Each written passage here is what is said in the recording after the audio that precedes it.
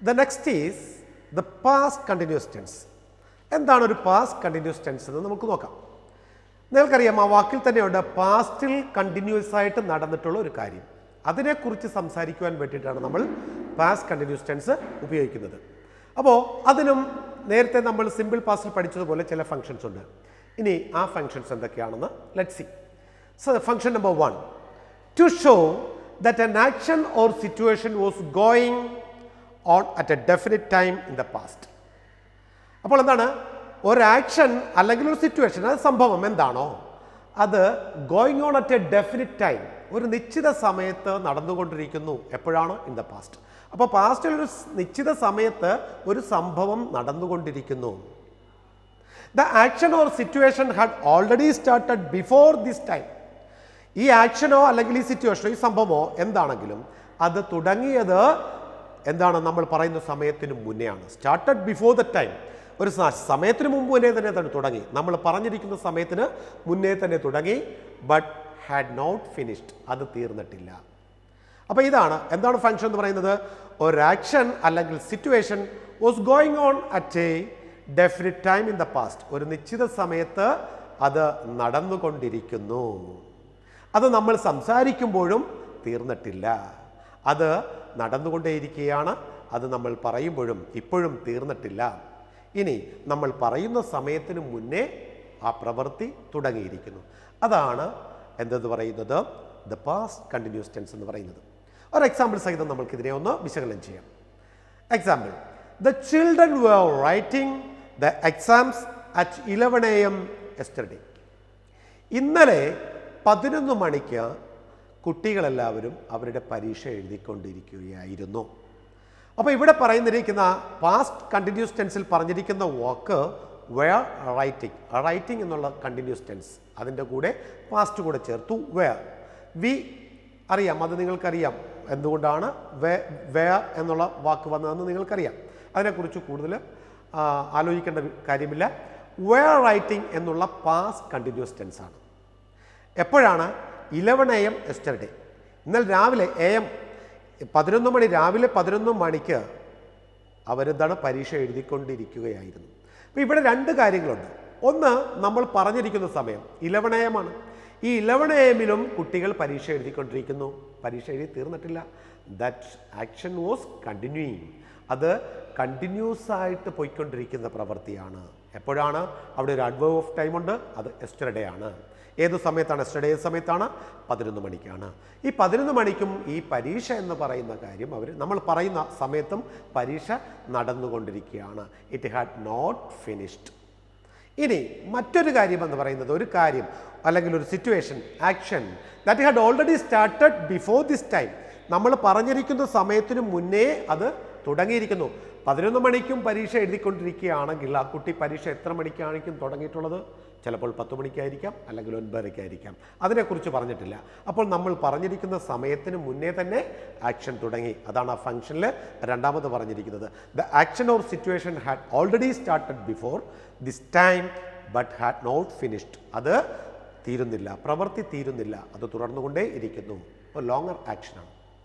ഇനി അടുത്തത്, I was walking to school every day till I got a bicycle.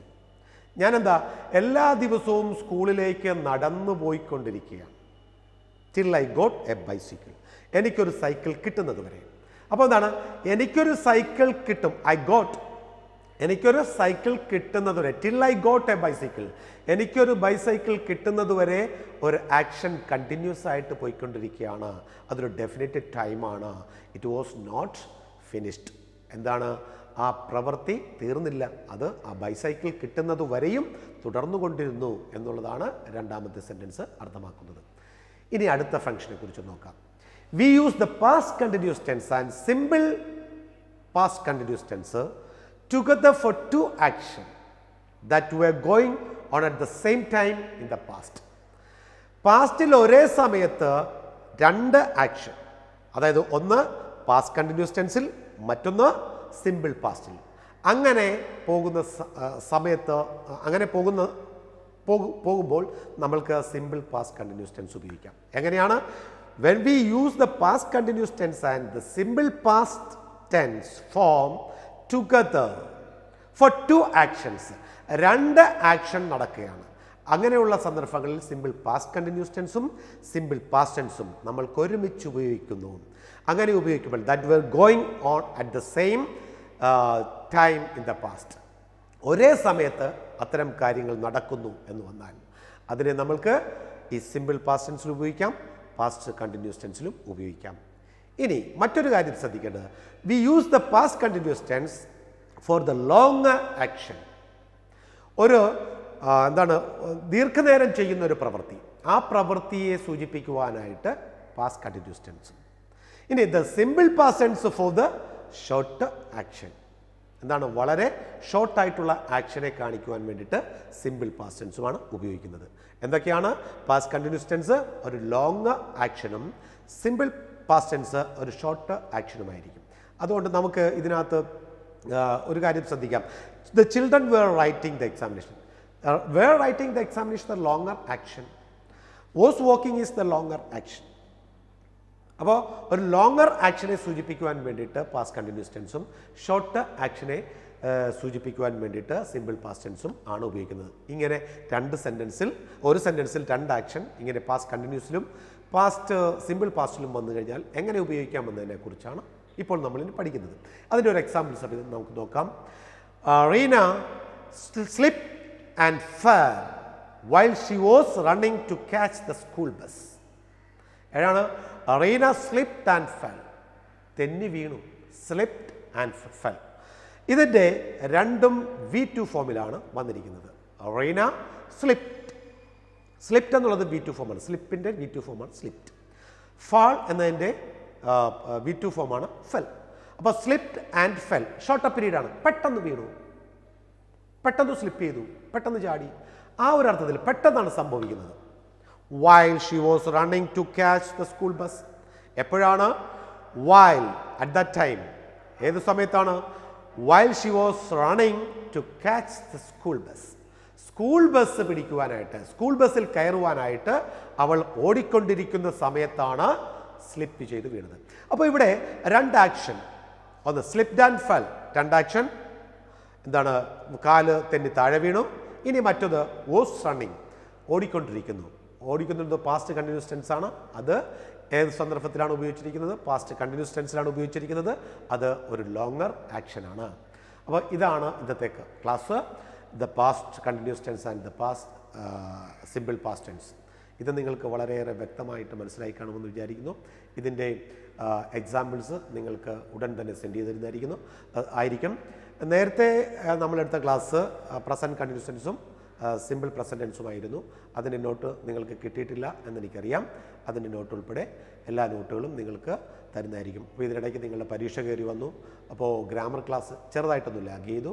അങ്ങനെ വന്നതുകൊണ്ടാണ് നമ്മൾക്ക് അത് പ്രോപ്പറായിട്ട് ഇടാൻ പറ്റാതിരുന്നത്. അതുകൊണ്ട് ഒന്നും വിചാരിക്കേണ്ട, ഇതിൻ്റെ എല്ലാം എക്സാമ്പിൾസും ഇതിൻ്റെ നോട്ട്സും എല്ലാം നിങ്ങൾക്ക് കൃത്യമായിട്ട് കിട്ടുന്നതായിരിക്കും. നെക്സ്റ്റ് ക്ലാസ്സിൽ വരെ നിങ്ങൾ വെയിറ്റ് ചെയ്യുക, നന്നായി പഠിക്കുക, നന്നായിട്ട് എക്സസൈസ് ചെയ്യുക. മാത്തമാറ്റിക്സ് ചെയ്യുന്നത് പോലെ തന്നെ ആയിരിക്കണം ഇംഗ്ലീഷ് ഗ്രാമറും മനസ്സിലാക്കി വയ്ക്കേണ്ടത്. അതിൻ്റെ ഫങ്ഷൻസ് എങ്ങനെയാണ് എന്ന് കൃത്യമായിട്ട് മനസ്സിലാക്കുക. അതുപോലെ തന്നെ കൃത്യമായിട്ട് എക്സസൈസ് ചെയ്യുക. വായന, എഴുത്ത്, റീഡിങ് ആൻഡ് റൈറ്റിംഗ്. ഇതിൽ കൂടെ അല്ലാതെ നമുക്കൊരിക്കലും ലാംഗ്വേജ് ഇമ്പ്രൂവ് ചെയ്യാൻ പറ്റില്ല. വായനയും എഴുത്തുമുണ്ടെങ്കിൽ you can improve your speaking skill also. Otherwise you never can. So my humble request is to you that you should read your English textbook and grammar test daily and do your exercise properly. All right, and read. Thank you very much.